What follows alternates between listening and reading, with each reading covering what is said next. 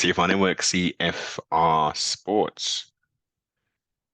Bellator 288, done, dusted, in the books. Watched via the BBC iPlayer. And let's start there. What on earth are they doing? We're watching, a sporting event. We're not going to watch football, and then anytime there's a break in action, you put up a graphic with no sound. It makes no sense. At the end of the round, they were putting up graphics rather than us hearing what's going on inside the corner. It was nonsensical. Sort it out, BBC. And Bellator put some pressure on them to make sure that they're airing the full thing. I mean, okay, if they want to run ads, I understand, but like if it's just running a blank screen and not allowing us to hear the corner, very stupid. And it detracts totally away from the viewing pleasure, indeed. Another thing I wanted to highlight as well is that there was a promotional face-off, Ruffian Stouts and the other guy. And Big John McCarthy introduced them, and then as soon as they started to speak, they blanked out the sound, they muted it. Now, I can understand maybe indeed a little profanity would have been used. Yes? I might add it's past the watershed. This is the night time. Why are we censoring bad language? Where if we went onto the BBC whatever damn station, radio station, we're gonna hear all kind of death, destruction, sexual immorality pretty much 24 hours a day. I see that as a big double standard. Sort it out. Silly. But let's get into the cards. And still, hmm? Champion, lightweight champion of the world, Vadim Nemkov, who had an excellent performance. I was rooting for Mr. Anderson to win. I thought we'd have a pretty similar of sorts as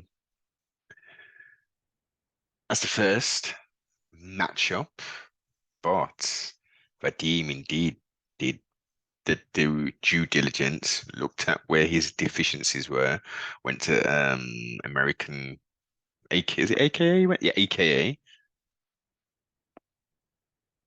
Improved his takedown defense, his offensive and defensive takedown, and didn't necessarily need to use offensive takedowns, but his takedown defense was absolutely excellent. Used his length and scored a unanimous decision and $1 million richer. And again, Bellator, as they do, set up the next fight for February. And the Soldier of God, Yoel Romero, will be taking on the lightweight champion. Interesting.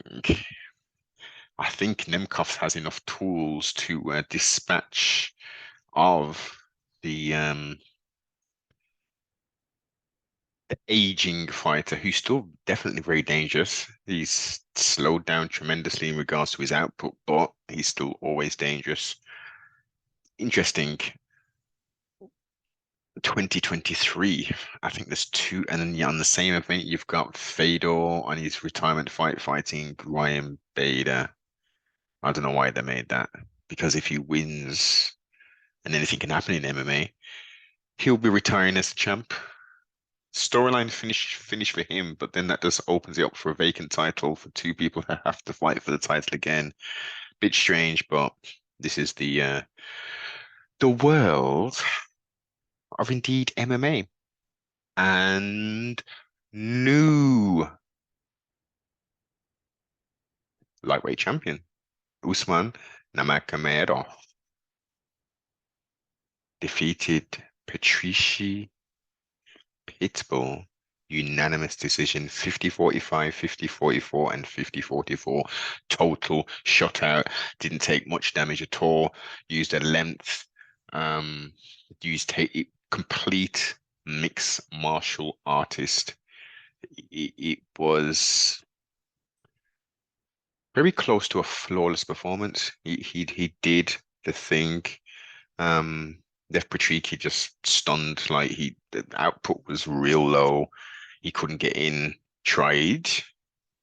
Didn't think he made much adjustments throughout the whole fight, but he tried his thing. I don't think Usman's going to be losing that strap anytime soon. I don't think there's any need for a rematch. So he defended the title not once. Hmm. He's gonna have to.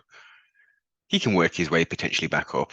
Um, but he has to solve that puzzle, and it's going to be a difficult puzzle to most definitely solve. The reach, he just couldn't get in there and close the distance. He was getting eaten up.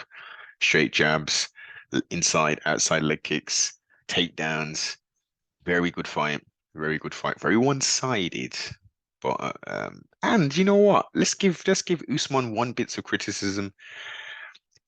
He could have pressed the action a little bit more to actually get the finish rather than a unanimous decision victory. Still undefeated. Bellator had an excellent card. In regards to North American promotions, I watched Bellator 288 and obviously watched this farcical UFC fight night in the Apex, which is a load of rubbish. Um, Derek Lewis medically was ill or something like that, so they had to scrap that main event. Moved up Kutalabra and Kennedy, who's very durable, man. He seems to let people tee off on him kind of thing, and always seems to, if he can survive the barrage, to put people out, and that's exactly what he did. Um, second round, I believe. Kutalaba had him wobbled in the first round and strangely went for a takedown when he should have just kept the pressure on. Interesting decision that cost him the fight, and he's probably going to be cut. Moving back into Bellator 288. Yeah, Khizriev, what a performance. Total shutdown of a very, very experienced, what's he got, like 48 wins or something crazy like that? Daniel Weichel, 29-28, 30-27, and 30-27. Total shutdown. And I think Timur was making his debut.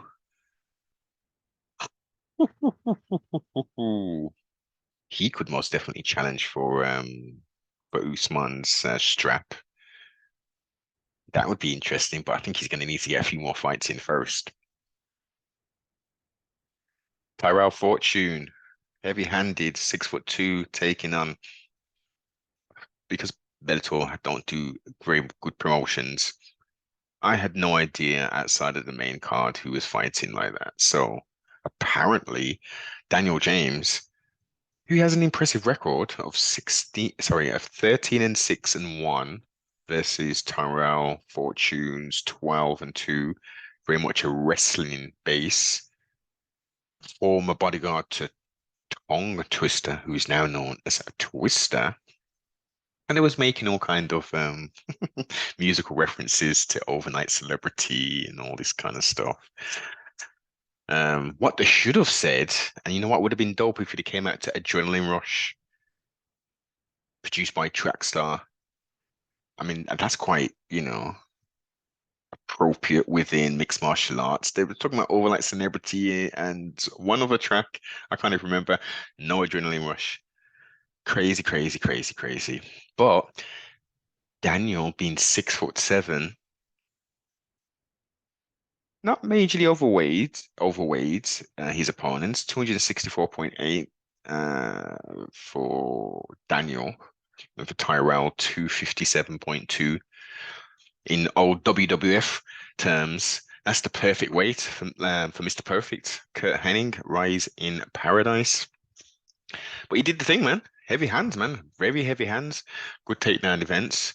Um, I think this is a long time. I think he's fought in Bellator previously before, a very long time ago, and he's making his return back in the Windy City of well, it wasn't Shy, was it? It was Illinois somewhere. But made his debut, home favorite, and he did the thing first round. Congratulations. Was there any Archie